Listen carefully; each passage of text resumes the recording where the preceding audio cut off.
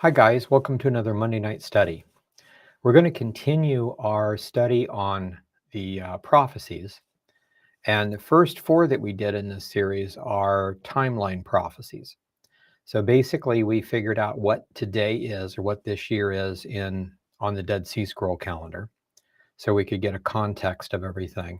And then we looked at three prophecies that were specific to the dates. It was the death of the Messiah, his first coming, which was in 32 AD, the rebirth of the nation of Israel, which was in 1948, the taking of the Temple Mount, which was predicted to occur in 1967. Those were all fulfilled. And then we looked at, those are from Scripture. Then last week we looked at one which is a prophecy that occurs in 2026, and that was from the Dead Sea Scrolls. And it looks like we're right on target for those specific things. So you can see that in the last of the series on the YouTube channel. Okay, so tonight what we're doing is we're going to start at the beginning and go over the basic stuff just to get a really good understanding. So if we know 32 AD, 1948, 1967, and we know we're in the last time period, or getting close to it. The last Jubilee period starts in a year and a half. So that's really interesting. So during this time period, the changeover to the last Jubilee, and in that last Jubilee period, there should be quite a few prophecies fulfilled. And there actually have been several in the last Jubilee. But what we're going to do tonight is look at an overview of the empires. And then we'll get into some specifics about the Roman Empire and some of the other things. So tonight we're wanting to look at Daniel chapter 2. Most of us have went over this again, but I just want to look at everything that we know for sure, pull it together, and make sure we understand it well, and then look at the early church fathers, some other things, and fill in some of the gaps, some of the scrolls. So basically, in chapter 2 of Daniel, Nebuchadnezzar has this dream, and you remember the story where he said, I had this dream, and I'm not going to tell you what it is. If you're really, godly, or you have powers or something like that, you tell me what the dream was, and then I'll know when you tell me the interpretation that it's true. It's easy for someone just to make up a story. So Daniel was the only one able to do this, and he basically said, give me a night, so he goes home and he prays, Lord, show me what you showed him. The Lord showed it to him in a dream. The next day he comes and interprets it. And for our purposes, there's a few things dealing with the last part that we still don't understand. And those may be in the scrolls somewhere, but they definitely will be understood for that generation. And again, that last generation starts in a year and a half. This is in case this is you're looking at this from an old file. This is 2024. This date is the 14th of October, 2024. So we're getting ready to go into that. So here is the statue that he saw. Basically, he says that he saw this statue with, it looks like a man. It has a head of gold, chest and arms of silver, belly and thighs of brass, legs of iron, and then feet and toes of iron and clay. Now, I made this picture up and colored it and everything, so just kind of a clayish, dark clay kind of mixture. It's not like in pieces, but that's probably how it is. So he interprets all these, and I just want to go through this. It'll be a short study. But he sees this in Daniel chapter 2. And as we see back here, Daniel's going to tell him that he is the head of gold. And so the Babylonian Empire started way back when, but we're always looking at these things as they focus on Israel. So Babylon had nothing to do with Israel until the time it came and took Israel over. And that was in 607 BC, as you can see right here. And it lasted for 4 generations. It was Nebuchadnezzar, evil Merodach, or maybe it's 3 generations, yeah. And then his son Belshazzar. And we remember in chapter 6 of Daniel, Belshazzar is having a party, and Cyrus is outside the the gates trying to break in. And that night he breaks in, takes the kingdom, and it becomes Persian. So the Babylonian Empire is over. And that occurs back down here in 537 BC. So the Persian Empire begins to rule. So if Babylon was controlling Israel, when Babylon was taken over by someone else, the other person instantly controls Israel. And it goes down from there. So to make sure we know what we're talking about, 607 BC, we're going to look at Daniel chapter 2, specifically verse 38. And we get to Daniel chapter 2, and then God reveals the dream to Nebuchadnezzar through Daniel. And when we get down to verse 38, well, let me just read this part so we can see it. You saw this great image, the great image whose brightness was excellent, stood before you. Its form of thereof was awesome or terrible. It was awe-inspiring. Its head was of fine gold, its breast and arms of silver, its belly and thighs of brass. And brass is a copper alloy. So we're talking about brass or bronze, some form of that, some sort of copper is the key to that. His legs were of iron, and his feet were of iron and partly clay. Now, it's really easy to understand this, and we get it confused a lot, but these represent empires, not people. So it's not like Nebuchadnezzar, evil Mithridates, and Belshazzar are the gold, silver, and the copper. They're all Babylonian, so it's the empire, not the king. And we'll see this in the study. Daniel makes it very clear. But that being the case, the legs of iron, that's a different kingdom. And then the feet of clay would be a different kingdom, totally different, not Roman Empire. But this particular one at the end is a mixture of iron and clay. So it's a mixture of the Roman Empire with some other empire. So that's one thing that most people don't understand. A lot of times they say, well, clay is probably just the muck and mire, just the average guy. So it's just people. No, they represent empires, and you have to be very specific on it. He said he was looking at the statue, and it says, the stone was cut without hands, and it came and smote the image at the feet, which were mixed of iron and clay, and it broke them into pieces. So then there was the iron, the clay, the brass, the silver, the gold, broken in together, and it became like chaff of the summer threshing floor. So in other words, it became like dust, and where you go, and it would just vanish. It's gone. The wind carried them away, so there was no place found for them. Nobody could see any of this anymore. It's totally destroyed. The stone that smote the image became a great mountain and filled the whole earth. Okay. This is the dream, and we will tell you the interpretation thereof to the king. So then it says, verse 37, you, O king, are a king of kings. The God of heaven has given you the kingdom, the power, the strength, and the glory. So he is a king over all the other kings. So there's different kings or kingdoms, but he controls the known world, basically. He controls Israel, Syria, Assyria, Iraq, Lebanon, Jordan, Saudi Arabia, Turkey, just the whole area there. So he's a king over all these other kings. He's the king of kings. Wherever the children of men dwell, the beasts of the field and the fowls of heaven, he's given them into your hand. So you have complete power over these guys. You could kill them, use them, reward them, whatever you want to do. He has made you ruler over all of them. You are this head of gold. Now we'll stop there for a minute because some people say, well, this is him. He, just specifically him, Nebuchadnezzar, is this head of gold. And we'll see as we go through, that's not the case. So it says in verse 39, after you will arise another kingdom, not another king, but a kingdom that is inferior to you in some sense, inferior to your kingdom in some sense. And then a third kingdom of brass, which shall bear rule over the earth.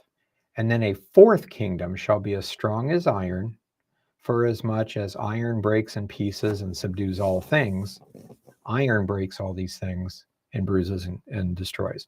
So the thing here is, these are kingdoms, And if you were to say that they're people, again, you've got Nebuchadnezzar, evil Mithridates, Belshazzar, and that's it. Then the kingdom is gone. So who are these four if there was only three kings? So it's very clear. And we're going to see that very clear as we go up through Daniel. We're going to brush through each one of the chapters where it talks about this stuff. So it's kingdoms. So whereas you saw the feet and the toes were partially of potter's clay and partially of iron, the kingdom shall be divided, not necessarily in two, but divided in pieces, into 10 pieces. There shall be in it the strength of the iron, for as much as you saw the iron mixed with clay, miry clay. And as for the toes of the feet that were part of iron and part of clay, the kingdom will be partly strong and partly broken. Okay. So, in other words, weak, partly weak. So there's a mixture. So basically, there are these 10 confederated nations that come together to form something. And apparently they're a little too democratic. You know, like they start to attack or give money or help or build or whatever, and somebody else says, no, I don't want to do that. And they vote on it, and they never can pass any resolution because it's just, 5 and 5, that kind of thing. You need to have at least 9 or 11, something where everybody can vote and something would pass. But what happens is they can't get anywhere until the Antichrist comes along. We see this in chapter 7. And he basically becomes a tyrant, and a tyrant can get things done. So that's what happens. But in this case, we want to pay attention. I did find an ancient Byzantine document that was going through this stuff, and it actually said that the iron is obviously the Roman Empire, and the clay is obviously the Egyptian Empire. They didn't say how they got it or anything else, but it does fit because we can figure this out later. But we want to look at these empires. Again, we want to focus on what we know for sure and then speculate on the others. So whereas you saw the iron mixed with clay, these shall mingle themselves with the seed of men. Big debate on what that means. We don't know for sure yet, so we're going to skip over that part. But they will not cleave to one another, even as iron does not mixed with clay. Now you can take iron or the powder and mix it in the clay, and it becomes red clay. So that's not what we're talking about. We're talking about a piece of clay and a piece of iron. So if I was to take that and hit it, the iron and the clay would come apart because they don't adhere one to the other. Now I could break up the clay easier than I could break up the pieces of iron, but still we're talking about two separate things that don't form together very well. In the days of these kings, the God of heaven will set up a kingdom. That's that stone that was cut without hands that came down. He will set up a kingdom that will never be destroyed. And the kingdom will not be left to any other people, but it shall break in pieces and consume all of these kingdoms and shall stand forever. Now, some people today would say that that was all past, and the kingdom that God set up that is never going to end is the Christian church. We're never going to end. And we didn't take over and keep all of these kingdoms. So that's an error. It's kind of a replacement theology idea. So that's not what we're talking about. We're talking about a yet future kingdom according to the Bible, literal interpretation, dispensational interpretation, premillennial interpretation. We're following what the early church fathers said because they're the ones that studied under Peter, Paul, James, John, these guys. And if you look those up, we have a book specifically on what the church fathers say about the end times. And you can see they're consistent in the teaching. And they teach this also. For as much as you saw the stone that was cut out of the mountain without hands, that broke in pieces the iron, the brass, the clay, the silver, and the gold, the great God has shown the king what shall come to pass hereafter. The dream is certain, and the interpretation thereof is sure. Absolutely sure. Now, next week, I think what we're going to do is when we look at this, we're going to look at an ancient prophecy from a Dead Sea Scroll, and we'll find out why exactly Daniel said, oh, this is easy. This is old. This is a retake of an ancient prophecy. So the interpretation is absolutely sure. And then the king is promoted. So let's go back at our picture now. So we got the head of gold, which is the Babylonian Empire, which lasted from 607 to 537 BC, when it was taken over by some other empire that's made up of silver. Now, the interesting thing I want you to notice is you've got a silver empire. It's the gold empire is one head. It's just all one thing. The silver empire is two arms. So it's two actual pieces. And we're going to see when we get to the heads in Revelation how each of these things are two pieces, but in different stages they come together or break apart or whatever. But in this case, this is the Medo-Persian Empire. We see that in Daniel chapter 5, verses 30 and 31. So let's turn there just so that we know what we're talking about. So chapter 5, verses 30 and 31. Okay, so it says the Chaldeans come in. Now, in Isaiah, it prophesies by name Cyrus, the Persian, that will come in and destroy the Babylonians. And it prophesies that that will happen after the 3 generations. So this is the third guy on the throne, grandfather, son, and grandson. And Cyrus breaks through and destroys it as prophesied. Very specific prophecy in here. But it says in verse 30 and 31, it says, that night Belshazzar, the king of the Chaldeans, or the Babylonians, was slain by the invading force, by Cyrus's forces. And Darius the Mede took the kingdom, being about 62 years old. Now, for another prophetic study, it's really important we know how old he was, and the scripture tells us exactly how old he was. That helps us date another prophecy. So anyway, but the point is, Darius the Mede took the kingdom. So when we go back and we look at this, this is the Persian Empire, the Medo-Persian. So it's Cyrus the Persian and Darius the Mede. And this goes on for 4 generations. We see that in chapter 11, where it talks about there will be 4 people. So there's 3 people that rule in the Babylonian Empire until it's taken over by Persia. Then there are 4 kings from that point that rule until it's taken over by Greece.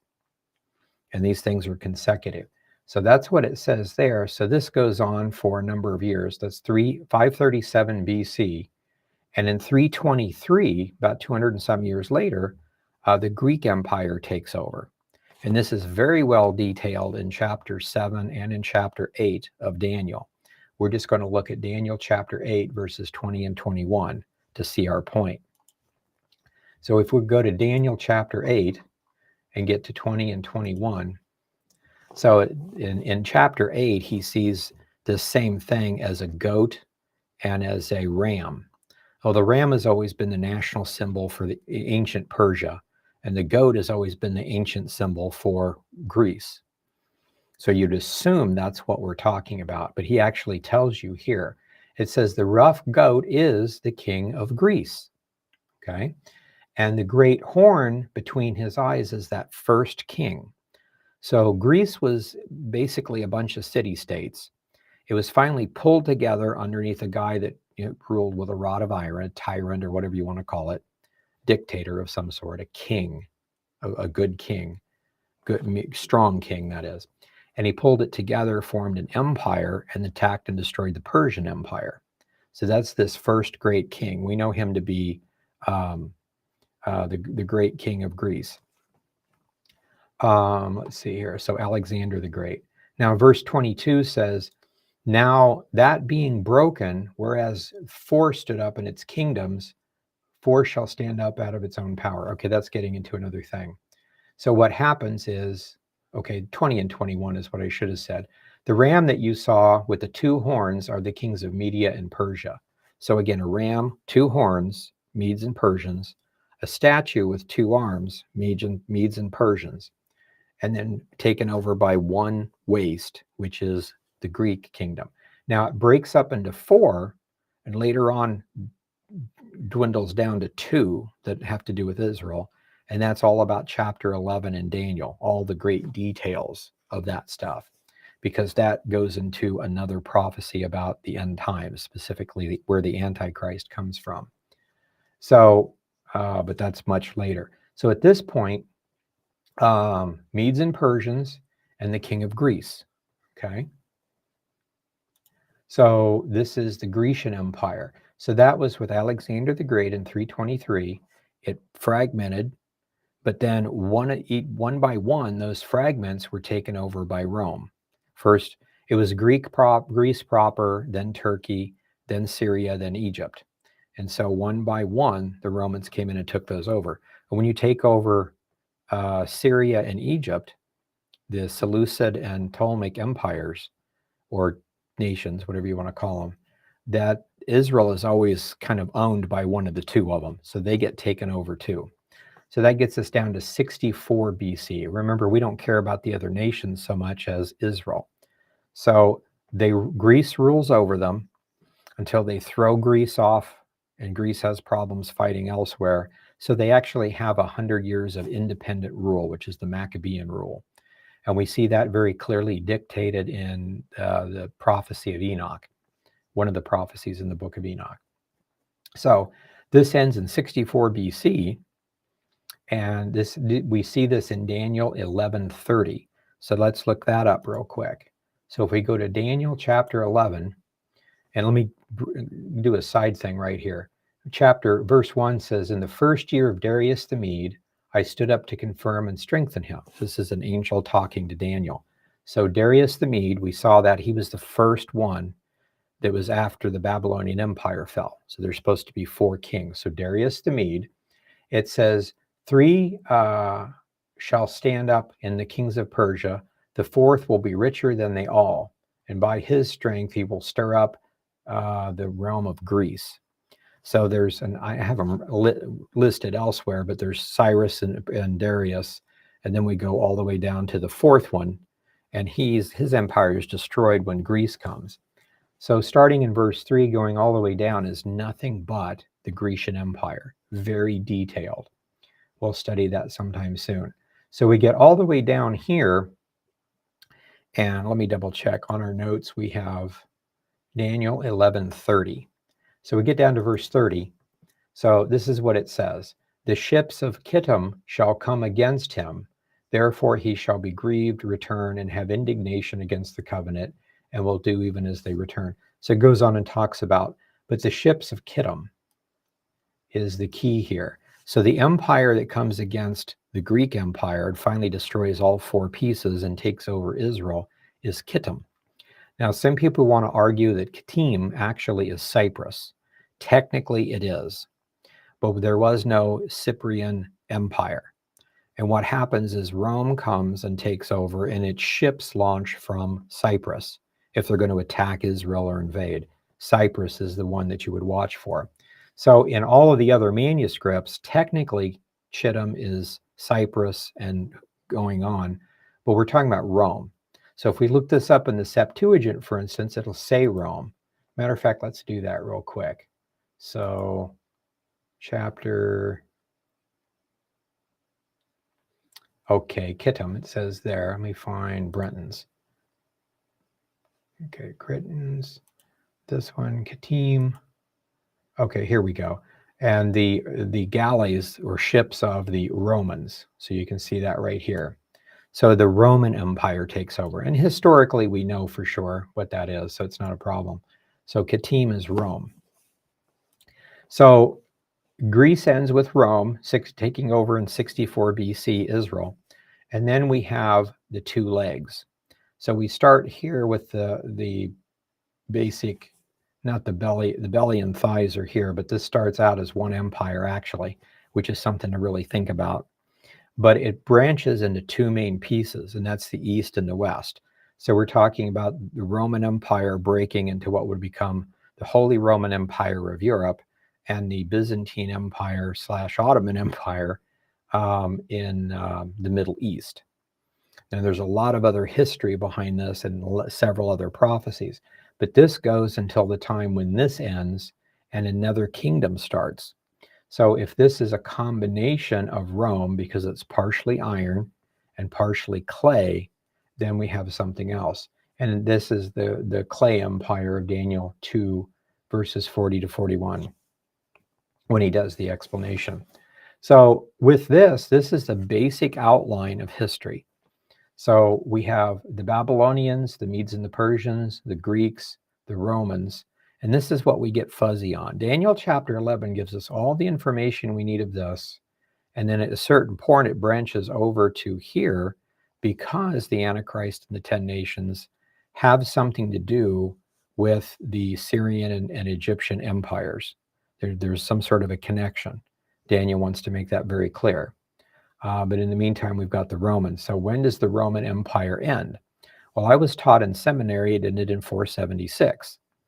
Rome itself did, but I don't know why, we just kind of ignore things. What happens is in 395, the empire was divided into two. It had just become a Christian empire, went from pagan to Christian. It divides into two, and the Caesars actually moved to Constantinople, and the other people, the rest, rule from Rome.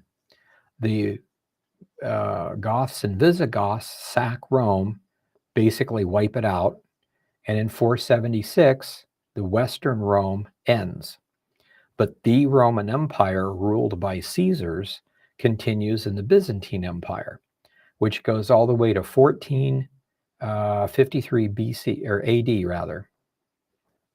Now, and that's when it's taken over by the Ottoman Empire, but the empire continues. The Ottoman Empire ended right here, as you can see, in 1917. Well, during this time, the Pope of Rome reconstitutes, after 400 years, reconstitutes the Western Roman Empire and calls it the Holy Roman Empire.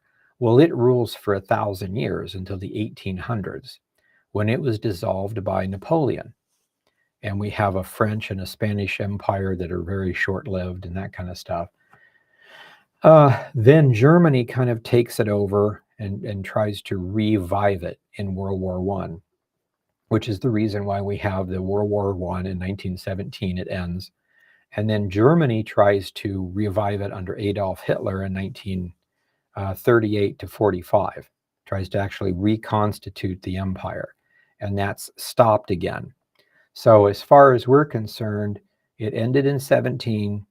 A few years later, it tried to revive, and it was destroyed a second time, so to speak, in 1945 by the Western part of the world. So what happens is the Roman Empire looks like it's gone, but we don't have any 10 nations. And most of us are taught, well, now that it's gone, you just wait until the 10 nations arise. But the 10 nation arises out of the Roman Empire, the Roman and Egyptian empires.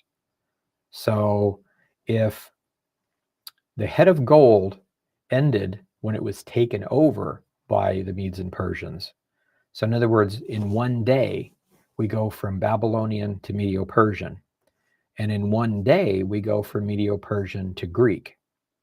And in one day, 64 BC, we go from Greek to Roman. So when the Roman Empire ends, in one day, there should be the establishment of a 10-nation empire. So that hasn't happened yet. So in some sense, the Roman Empire is still here. Now, those are the clues that we need to look at to make sure we don't miss something. Why haven't we ever seen 10 nations?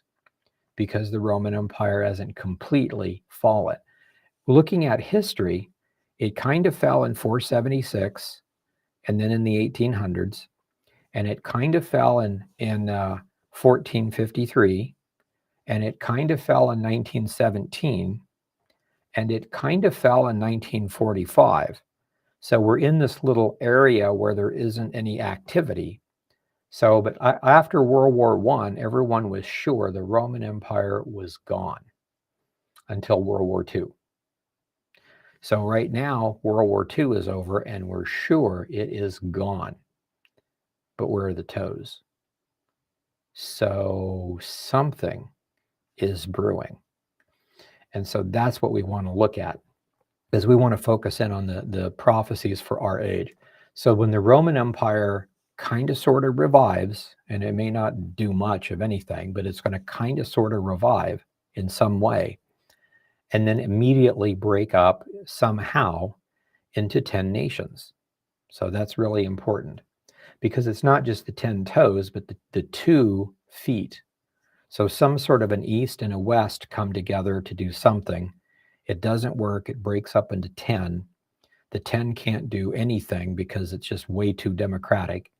And somebody else, the Antichrist and his country, come along, pull them together, and they attack this Babylon thing, and the rest of the prophecies happen. So we don't know who Babylon is yet.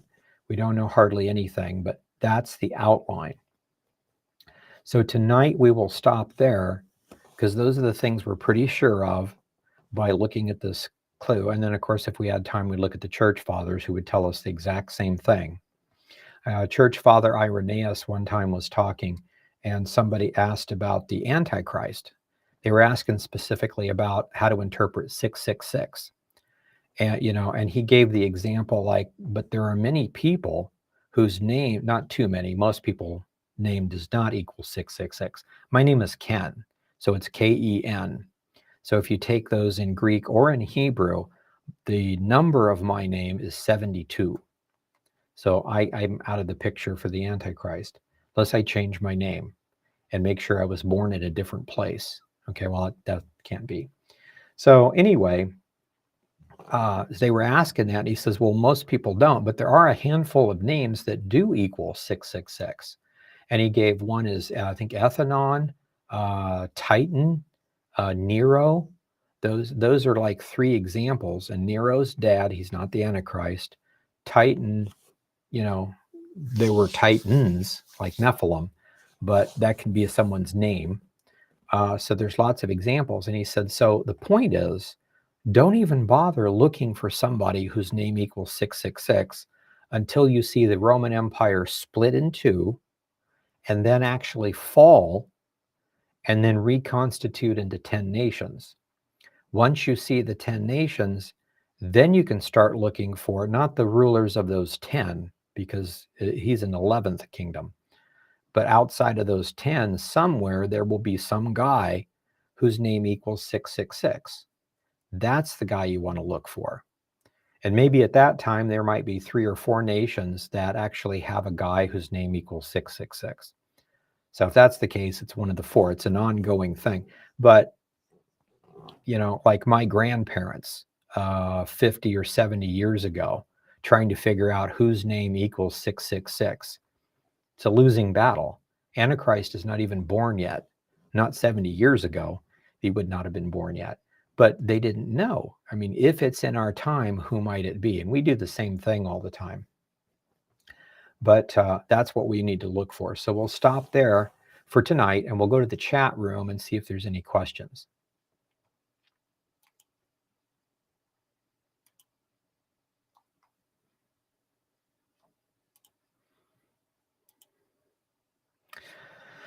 So, okay, let's see. How do I do this? Do it this way. So actually, I'm going to go here. Okay, Ronald, gave a super chat, $25 donation. Thank you very, very much. We have our donate tab at the top too, if you want to do that. Thank you to everybody who donates, supports the ministry, buys our books, and comes in here and asks questions. Just glad you're partnering with us. What is your latest book? My latest book we did this last summer or last spring was the prophecies from the Dead Sea Scrolls. And as a matter of fact, we can look at our bookstore here. So here's our, let me run it down just a little bit. Down, not up. Okay, that's probably good. Well, we can do that. So anyway, our last one is this one here, Ancient Prophecies from the Dead Sea Scrolls. Well, what we did was we took a synopsis of all the scrolls that were prophetic, had anything to do with that kind of stuff. So there are commentaries on Isaiah, Daniel, and sometimes they're very small pieces. So the Isaiah commentary might just be a couple of pages, but there is commentary and there used to be whole books of commentary, but on the major and the minor prophets and the Psalms that are prophetic. And then in addition to that, there are many prophetic scrolls that are interpretations or how they see all those prophecies in general.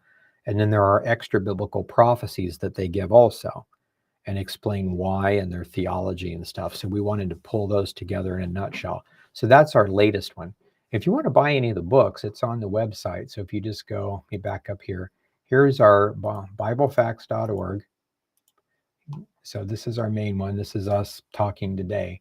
So if we go to the bookstore right up here, and then we have all these. So for Dead Sea Scroll studies, we have Enoch, the Order of Melchizedek, Jubilees, Gad the Seer. Gad was one of David's prophets, actually wrote a book on prophecy.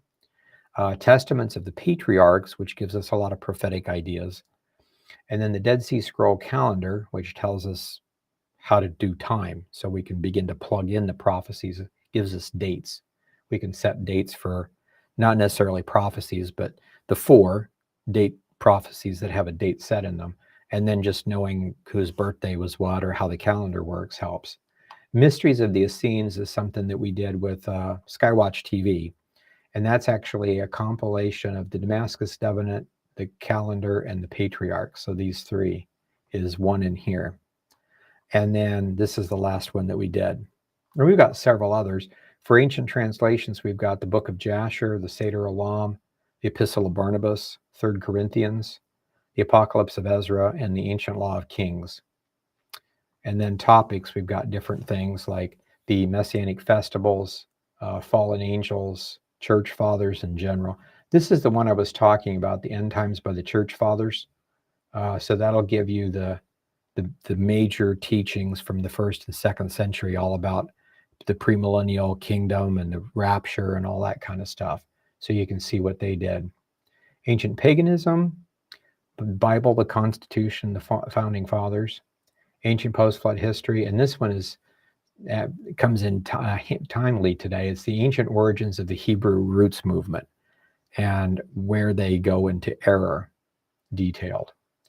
And then we've got Calvinism, Roman Catholicism, the rapture, pre-trib rapture, cults and the Trinity. And then ancient prophecies revealed is the one that gives the 500 prophecies in order. Commentaries on Daniel, John, Jude, and Timothy, and then other miscellaneous. Now, right now, this calendar is not there. What happens is in October of every year, they take the old calendar down. So I was told now within 3 or 4 days, we should have the New Year's calendar. This is the Dead Sea Scroll calendar. So those are the things that we have. But the latest book is that Ancient Prophecies of the Dead Sea Scrolls. Do the Dead Sea Scrolls have much to say in regard to the prophet Daniel's early life or family? No, not really. He suddenly appears on the way to Babylon and is extremely dedicated to be used by God. Now, if you go back and you look at one of the prophecies in Isaiah, wait, is it Isaiah? I think it's Isaiah or Jeremiah. But it talks about that when the Babylonians come in, they will take the children of the king, especially the ones that are very bright, well-educated. So Daniel is one of those. So if you pair Daniel chapter 1 with Isaiah, you understand that Daniel was a direct descendant of one of the kings. So it just kind of continues that way. But he wasn't a priest. He was a prophet, and not in a kingly way. But that's why he's way up in the government in Babylon at that point. So, but to actually trace his lineage, we don't have anything like that. Okay, hopefully that helps a little. Do any of the Dead Sea Scrolls or other texts like Jubilees or Jasher have anything to say about Samson? Not that I know of. Nothing specific. There's one scroll or document from the early church that talks about Samson being a Danite ruler, ruling from what we call the Gaza Strip, that area. And they only mention it because there is a prophecy, there's a scroll that talks about the Antichrist being from the tribe of Dan. And it talks a little bit about it. That can mean a couple of different things. But the point being is they were talking about it in the commentary that the only ruler that has ever been is Samson from the tribe of Dan, kind of a judge or a ruler. Other than that, there hadn't been any. And he didn't do the things described. He wasn't a wicked person that did the things described in the text. So whether it's symbolic or literal biological descendant of Dan, however that works, Samson is not him. So Samson is not the Antichrist, in other words. And there hasn't ever been anyone else. So it's talking about that. But that's all it says. It just mentions Samson as a judge. So we don't know a whole lot more about him from those.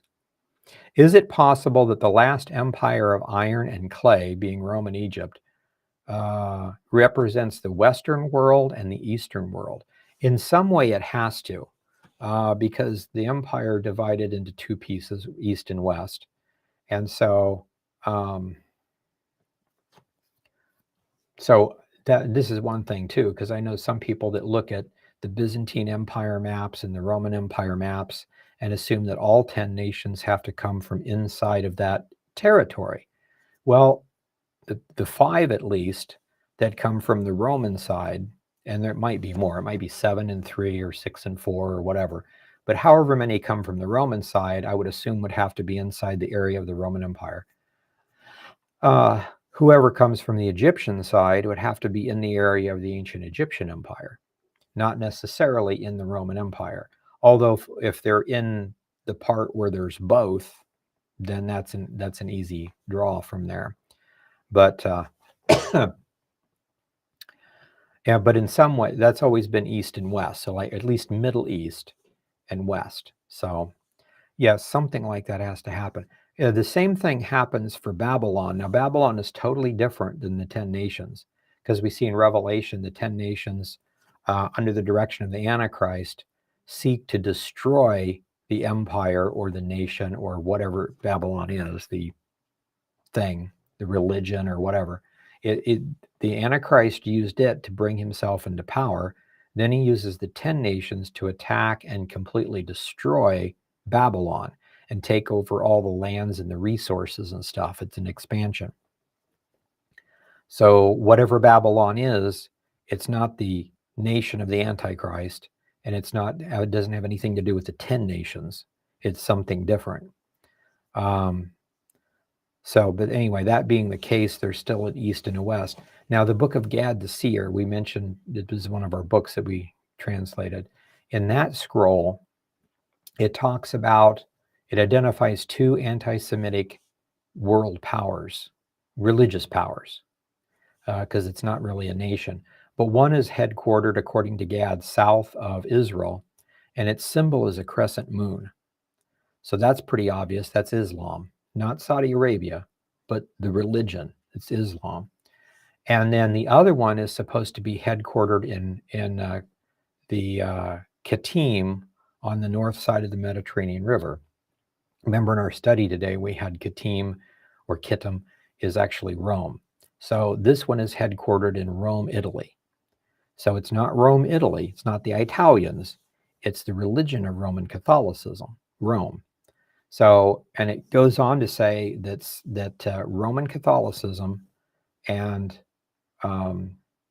Islam are not the problem. There are two anti-Semitic religions, but there's a faction of each. It's almost like they don't get along, and that's been true. Roman Catholics and Christians in general, and basically everybody, we basically have been at war with Islam for 1,400 years. Because the tenet of Islam is it has to conquer the world, force everyone to follow its ideas. And that is unconstitutional, according to the United States, and it's against most of the laws. Everybody wants to live their life the way they want to live their life. They want to be a Muslim, they can be a Muslim. But to force you to become a Muslim, a Christian, a Jew, or whatever, that's part of the apostasy, convert or die type thing. So the world has been at war with radical Islam for 1,400 years.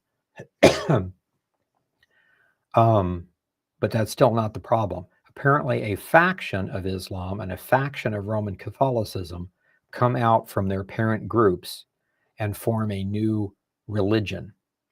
And if we're close to the end times, then it would have to be some form of Chrislam, which we see developing, one world religion type thing. So that is what's going to vault the Antichrist into power. And afterwards, he turns on it and completely destroys it, sets up his own empire with his own religion. And the religion is even described in Daniel chapter 11 to a point, but we've got a lot of details on that. So yeah, I think there's got to be something with East and West, because when we look close at the heads in Revelation, you'll see that they all start with two separate powers that come together in some form. So it's interesting to see that. The first of the empires was Egypt, I think. The last one, Rome. It's really the world. So yeah, it's a good guess. We don't know exactly how it works out yet, but the more as time goes by, it'll become more and more obvious. Is there any meaningful difference between potter's clay, and miry clay mentioned in Daniel? Chuck Misler had a teaching on that, and he basically said, yes, there's a major difference between those. Miry can mean like the type of clay that is not good and you throw it out, as opposed to the perfect stuff you would use to make pottery. So I don't know how that necessarily fits in. If you're going to say like it's just the low lives of people everywhere that come and join the empire, that could be it, but they already have their own empire. Maybe they're low lives. Maybe it's a really horrible empire, worse than Rome, but it still seems like odd that you would say it that way, because Rome wasn't the greatest anyway. So don't know for sure, but that's something to look at, because there might be something there. Diane says, need some prayer. I've had pneumonia since August and have been in the hospital twice. Ooh, does anyone know any kind of help for this situation?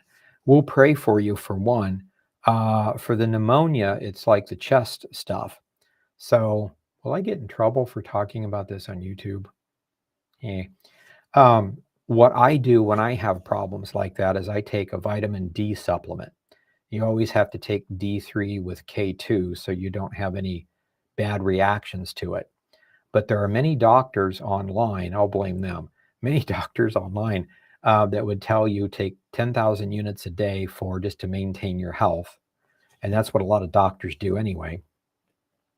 And if you have chest problems, pneumonia or whatever, 50,000 units a day until the symptoms go away is something that can happen. Now, if the pneumonia is something else, not just a flu or bug or something, that may or may not help. On the flip side, if it's some sort of COVID type variant, or anything like that that causes the micro blood clots, then vitamin D won't help.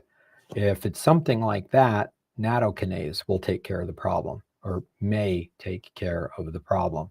And there's a lot of videos online, even on YouTube, that'll tell you the benefits of that kind of stuff. So that's what I would recommend. And then, of course, drink plenty of liquids, well, plenty of water, actually. And try to not overexert yourself until it goes away. That's what I would suggest. We will pray that you get over it soon. USA is the highest exporter of Calon clay. Could clay and iron represent governments, as Rome, iron was Rome? Just thinking out loud. Maybe. That's always something to look at. So just because we have a document, it was part of a chronicle in the Byzantine era, but just because they say, Rome is obviously iron and Egyptian empire is obviously clay, that doesn't necessarily make it true. They're not gospel. So that's one thing that they say. But that leads us to understand, at least there's an empire over here and there's an empire over there, and however big or small they are, they come together somehow, some sort of east and west thing. So yeah, that's a possibility. I think we should continue to look at any other possibility of iron and clay, any group of 10. Like most people, the church fathers indicate it's 10 nations, like France, Germany, whatever, nations. But recently they've said, like, well, maybe it's not nations, maybe it's world economic powers like the G7, the G8, the G10, something like that. Back in the 80s, most of the Calvary Chapel people were saying, well, it's got to be the European Common Market because it started off with 10 of them. Best guess that I can know of, but then they expanded to 27. So it's like, okay, that wasn't them. So it's one of those things, but we just need to keep looking. Don't assume that you've got it all right and not look at anything else because you might be missing something. So yeah, I don't know where to go with that, but it's something to keep in the back of our mind. What is the difference between the 7-year Schmida and the shabua? I understand Schmida to be an agricultural term. Shabua just means 7 years, which is why is Schmida used in the Dead Sea Scroll calendar? Is it important? Yeah, I think in the Dead Sea Scroll calendar documents, they're trying to be very specific. So a Schmida is a 7-year period. In other words, it only means 7 years. It doesn't mean a week of days or anything like that. A shavua is a 7 or an oath, depending on how you use it in the language. But a shavua is a 7. So it can be a group of 7 days. That would be a week, what we call an actual week, or group of 7 years, which we would call a Shemitah. So it's used in that way. So whenever you see just a shavua, you need to look at that and see. So for instance, Pentecost is called Shavuot, or oat being feminine plural. So it's actually called sevens. So it's 50 days. So it's 7 sets of Sheva or weeks. So it's 49 days, and then the Jubilee type day or whatever, which would be that. So yeah, it's Shavua is a general term meaning 7 of something, and Shemitah specifically means 7 years. Do you believe the burning of weapons for 7 years will be concurrent with the 7 years of Jacob's trouble? I'm not sure. I always thought that in the past, and I know there's people like some of my friends at Prophecy Watchers, like Bill Salas and others, that think it's half and half. Like 3.5 years before, 3.5 years after, and they have some reasons for it that don't quite mesh with me. Maybe not.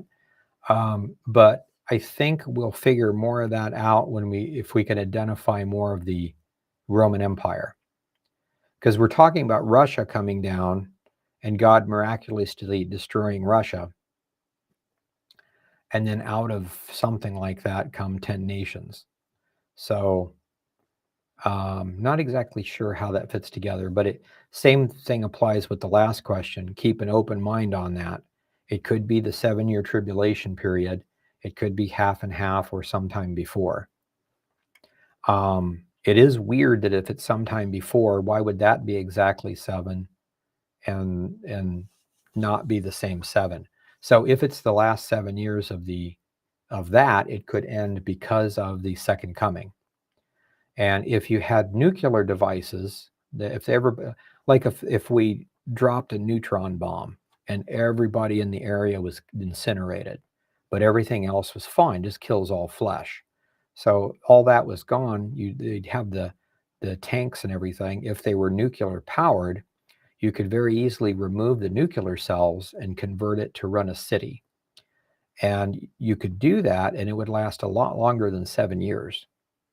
So if that's the case, something stops it from powering the city. There's something where they don't need it anymore, or it's taken away from them or something. So there's some event that occurs at the end of that 7-year period when they stop using the weapons for fuel. So, and if it was wood or something, it would be burned up in like a day. So you couldn't use it for fuel for 7 years. So it's got to be some sort of a nuclear chemical type battery thing. So anyway, It's something to think about. I'm not sure, but those are the things we need to put together and try to look at it closer. Super chat, $5. Thank you very much. How can we calculate our own name? You can do this online. Let me just try this here real quick. If we go to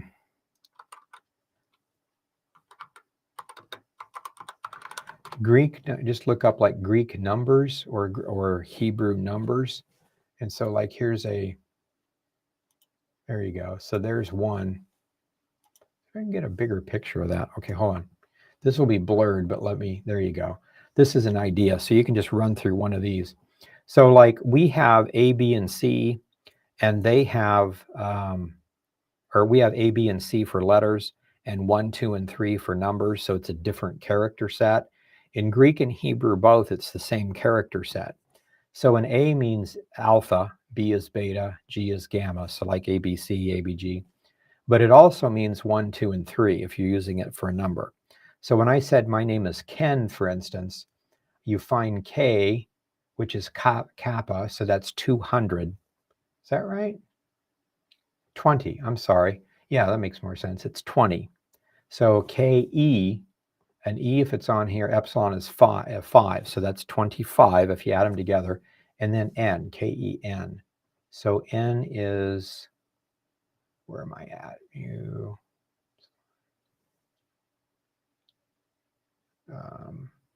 New, right here. Okay, is 50. So 50, 20, and 5, 50, 67. So it's 75.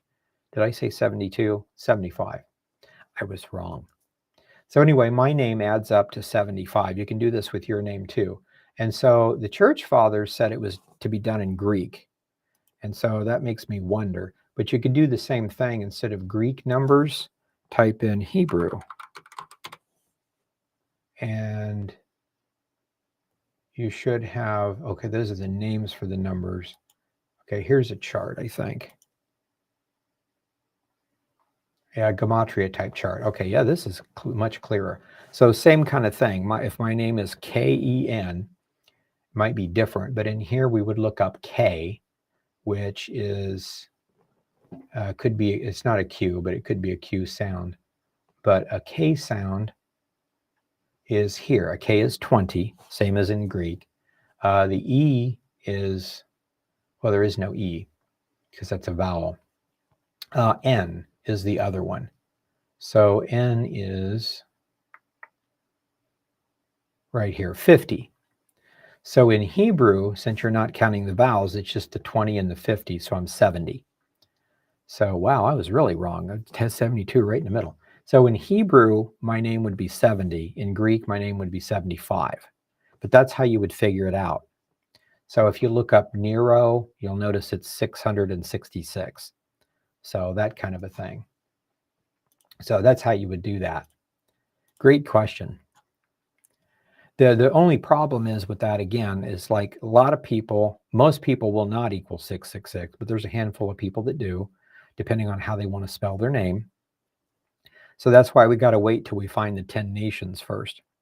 Annette asks, what does the name Islam mean in Hebrew? I don't know. It's an Arabic name. I don't know that it has a meaning in Hebrew.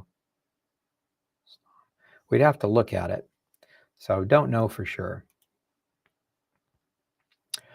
Super chat, $10. Thank you very much. In the Ancient Church Fathers book is wonderful. Thank you. Who are the ante-Nicene, Nicene, and post-Nicene fathers? Can you recommend some study material? In 325 AD, there was the Council of Nicaea, and it was mainly about certain things, putting this church structure together. The persecutions were finally over, and Constantine was ruling. And if you look at Eusebius's account of the life of Constantine, it's really an amazing work. He was a great person. I know a lot of people think he's more of an Antichrist type person, but still, anyway, pulls the church together. Point being, anybody that wrote anything from the time of Christ, which is, 30 Pentecost, basically, from Pentecost to 325, is called Ante-Nicene, or pre-Nicene, in other words. And then the fathers that were alive during the Nicene Council, even though they go, like another 50, 60 years, are called the Nicene Fathers. And then the post-Nicene Fathers, or anybody that was born or did not participate in the Council of Nicaea that wrote after that. So it's basically, Ante-Nicene is from 32 AD to 325. Nicene is like 325 to 400-ish, something like that. And then 400 to, on up 800 or whatever is post-Nicene. You can get this on many programs. Like, for instance, this is our eSword program. So you can go up under, well, let me just show you here, the download options, get reference books. And so here's the Ante-Nicene Fathers, and I don't think they have the other two. Now, the Word and several other things, you can do this, you can get them too.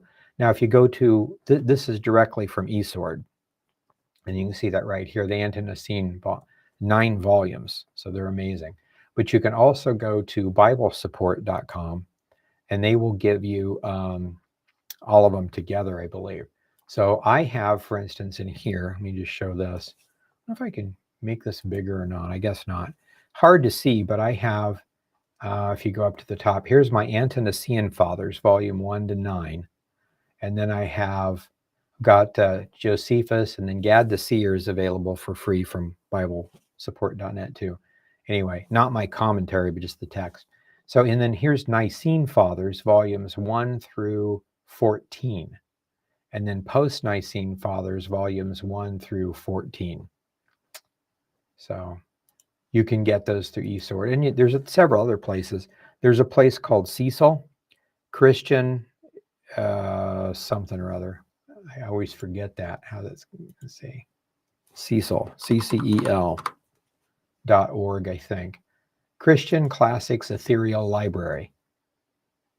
And you can find stuff in here and download them for free in text, PDF, whatever. So they've got all the Nicene Fathers and stuff. So a good place to go to. So you can do that from there. Good question. Thank you.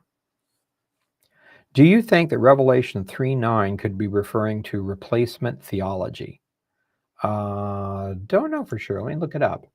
Revelation 3:9. Synagogue of Satan. Yeah, anyone that says they're Jews when they're not, or that they inherited the covenant when they didn't. So this would refer to like replacement theology, the Roman Catholic idea, the Islamic idea. Inside of Protestantism, we even have like the most of the Calvinist groups, not all of them, but most of the Calvinist groups are replacement theology. And then some of the Baptists. There's always some of the bigger groups that are replacement theology. So, but then we also have, in addition to that, the hyper Hebrew roots movement that wants to be totally Jewish and say the Jews are not doing it right, and this kind of stuff. It starts an anti-Semitic type thing to go on. So there's lots of ways that you can be of the synagogue of Satan. But the definition of a synagogue of Satan is those people that call themselves Jews when they're not. So, and part of the apostasy that forms. Again, the apostasy is not so much a doctrine, but it's you're different than me in some way, so I have to kill you. Discriminate against you, hurt you, and then eventually kill you. All the pogroms and things that have happened against the Jews, that kind of stuff. Isn't the goal of the Club of Rome to divide the nations and continents into 12 divisions? Yes, they wanted to do that too. So that's another example of 10 powers like the G10, 10 nations, just like nations that we think of, or 10 blocks of nations, groups of nations. Or possibly 10 divisions of the entire world, rather. It just all depends. But the point being is that these 10 come together, and whenever it happens, you'll know, because there'll be 10 major divisions, 10G, 10G group, 10 separate groups that make a something. So in our mind, when the European Common Market formed, everybody was talking about it because it was a 10 something. any kind of a 10 something. And today, when things happen and it's going to take 7 years for it to happen, everybody's like, ooh, is that the tribulation? And it might be, but point being, we're looking for a 7 something and a 10 something. And we need to keep our eyes open for those things. So, yeah, that's their idea. Maybe a smoke screen. Maybe that's exactly what happens. We have to keep an eye on it. Easy, secure morph into the 10 toes of Daniel. Okay. NAFTA would create Canada, US, Mexico as one, for instance. Yeah. It's a possibility. We need to keep an eye on it. Now, the church fathers would tell us, no, it's 10 specific nations. But again, they're church fathers. They're not authoritative. It's very important we know what they think. But are they speculating on that point, or did John tell them that? Sometimes they'll tell you, John told me this directly. Then I would definitely go with it. But those are speculations. But I would much rather listen to the speculations of an early church father that knew the apostles or their disciples, like Papias and all those guys, than a guy today taking a guess on what he thinks Scripture means. Where do you find info on the health benefit of various herbs and medicines in the DSS? They're mentioned briefly in many places. Basically, it talks about a book they had. It's called Hagi, and it's herbal medicine, among other things. It's got all the recipes and for cures and stuff like that in there. It's a lot similar to Chinese herbal medicine. They have a lot in common, and then some of the other forms. So if you just realize if somebody makes a cure, the medical industry makes a cure of something, what they're doing is finding out certain herbs kind of sort of help, and they're pulling it together and making it super strong so that it helps quickly. And that usually creates a side effect, which is dangerous. So the general idea of herbal medicine is to take the right supplements consistently over a long period of time, and it wipes all that stuff out with no side effects. So lots of stuff. If I go to the doctor and get an antibiotic, for instance, a lot of times it hurts my stomach. It'll fix my infection, but it hurts my stomach. Now, if I do fermented garlic, on the other hand, doesn't hurt my stomach. And sometimes it'll work just as well or better, depending on the problem, killing off the virus, bacteria, whatever. On the other hand, sometimes it doesn't work as well. But if I'd been using it for a while, like some of the other herbs, I may not even get it to begin with. So there's a lot of things all over. We do have, let me think here. It's a good time to say this. So we have, I'll come right back to you on this. Let me do this. We have our donate button there in the corner. And then we have our second channel. And our second channel, this channel is teachings. Our second channel is just reference material. Like if you went to a site that had the entire King James Bible and you could listen to it chapter by chapter, that's what we want to do with the church fathers and the scrolls. So we're going to set that up that way. We're in the process of doing it. So we're making good progress on that. We also have a network. It's a private network, so we can't be censored by Facebook or anybody else. So, and as you can see, we talk about Dead Sea Scrolls, prophecy, and then herbalism. There's not much there. We're just kind of getting started trying to piece things together, but you're welcome to join. That's free. And then we have our Give, Send, Go thing for donations.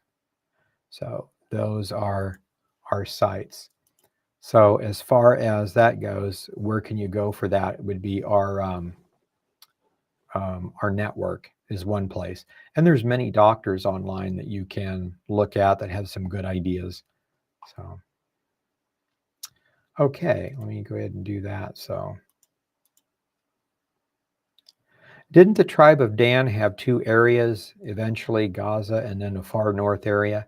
Yeah, they had one specifically. They didn't like it, so they got permission to negotiate a land change or whatever and picked up and moved to the coast, which would be Gaza.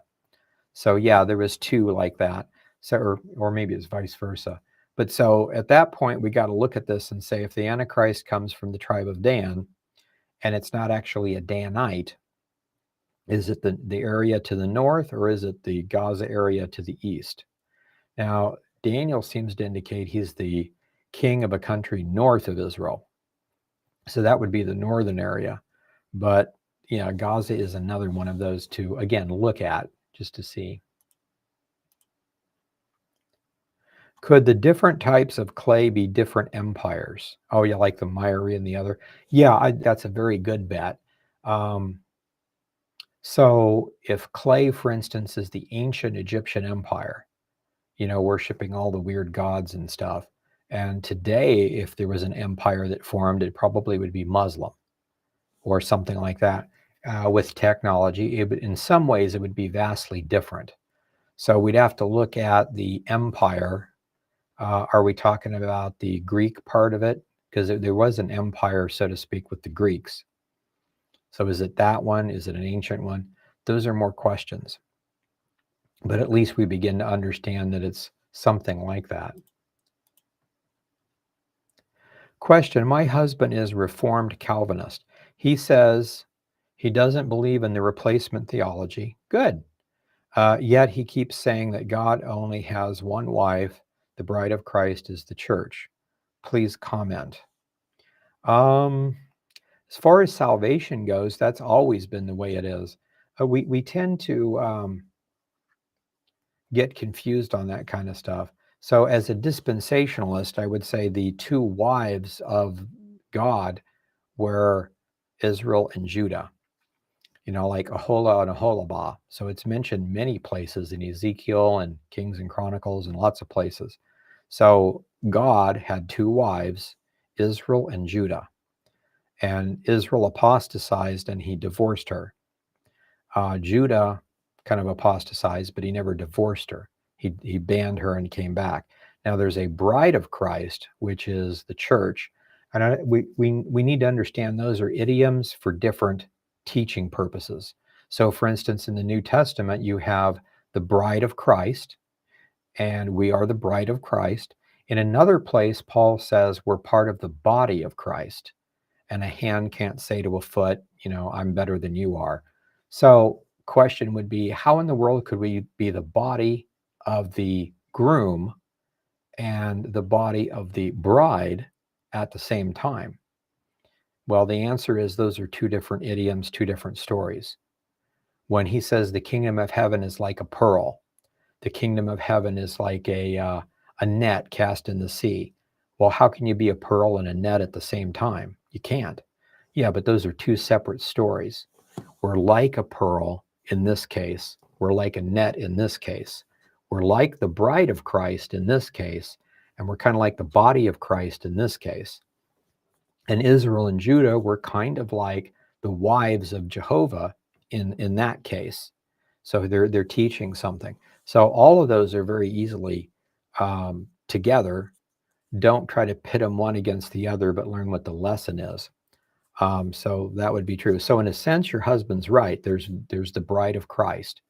And according to the Dead Sea Scrolls, salvation has always been by belief in Messiah, not in adherence to the law. Now, an ancient Jew not obeying the law could get himself killed, could be a capital offense, but he wouldn't lose his salvation if he was a believer. So that's the point. Same today. I can say I'm a Christian. I can go to church. I could even be a pastor of a church. If I'm not an actual believer, I'm going to go to hell. So it's the belief type thing. It's not works. It's by belief or by faith. But likewise, the wives of Jehovah were in that category anciently also. So yeah, I wouldn't say that he only has one. Yeah, I guess he only has one bride, but he's also got two wives, and he also has a body. And we're a bride and a body and a pearl and a net and things like that. So if you think about it like that, your question is more like, I need to go figure out what these things mean. But hopefully that helps. Yeah, and the whole thing about the replacement theology, it's amazing to me because if the prophecies, like we've been studying, if there is a date when Israel is supposed to come back and reconstitute as a nation, and if that date, according to Scripture, was May 14th, 1948, you and I, or the Catholic Church, or no, there wasn't any church that went back there on May 14th, 1948 and formed Israel. And you can't say it's symbolic of something because it literally happened. And that's the whole point. It's like people say, well, the Jews over there now are not real Jews. Well, the Jews, the real ones, were prophetically supposed to reform a nation in 1948. Didn't say they were believers in Messiah. It just says that that particular ethnic group was supposed to do this thing at this time. So if we didn't do it, we're not the real Jews. If they did it, they must be the real Jews. So it's amazing to look at the prophecies. You know, back in the 1920s, I could see you being a replacement theology person, a Calvinist, whatever. Yeah, it may or may not. It could be symbolic, could be literal. But once it happens and you find out it's literal, all that other stuff blows up. So it's really important to study prophecy. Does the book of Maccabees have any prophetic ties to the Dead Sea Scrolls or the Bible? I'm not sure that there's much of a prophecy in Maccabees. There is one interesting thing, though. Okay, that's not Maccabees, that's Sirach. So, yeah, not really. The only thing I would say is that the Maccabees kind of took over, and they were not Levitical priests. They were from the tribe of Judah, the king line, and the kingly line wanted to be priests also, which is forbidden. So they're kind of doing priest stuff illegally. And when the priesthood rejected, they were hunted down and killed. Some of the Maccabees were great people. Others of the Hasmonean dynasty were really horrible. So that's the situation there.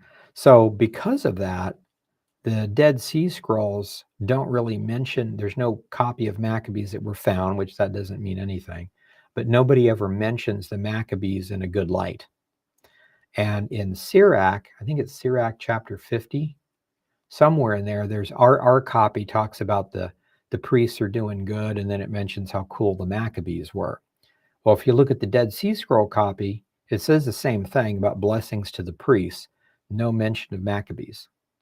So I don't know if somebody wrote it in or they took it out, but you can at least see this hostility kind of between the two priesthood sets rather. So that would be that one. Okay, well, thank you very much for the questions. We'll go ahead and stop there for tonight. We'll pick up next week on another prophetic thing, and we're going to try to do more of the pictures. I think those pictures really help out a lot. And also, let me back up here. That's our picture. But if we go back to BibleFacts.org, our website, and you go down here to the studies, there's photos. If you click on that, there's prophecy charts, and that's where I get a lot of this stuff. So these things I've made free. So today we were looking at the metal empires of Daniel. So next time we'll look at some of these others. So there is a prophecy out of the Testament of Noah from the Dead Sea Scrolls that has the same kind of stuff. It's in his vision, it was empires that were metal mountains. And they're exactly the same metals and exactly the same empires. And in Daniel's vision, it was one statue made up of those same metals. And so what the interesting thing about that is you can compare these two.